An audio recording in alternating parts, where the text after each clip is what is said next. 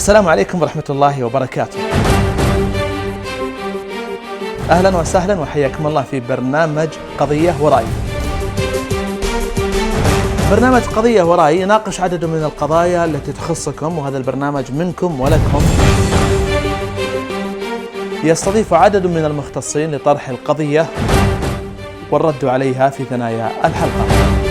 عدد من القضايا التي تظهر في الساحة: قضية تأخير الأوامر العلاجية، المسرح والسينما في السعودية، وأيضا قضية التغريب. برنامج قضية ورأي. راسلوني عبر موقعي في تويتر. معكم خالد اليمني.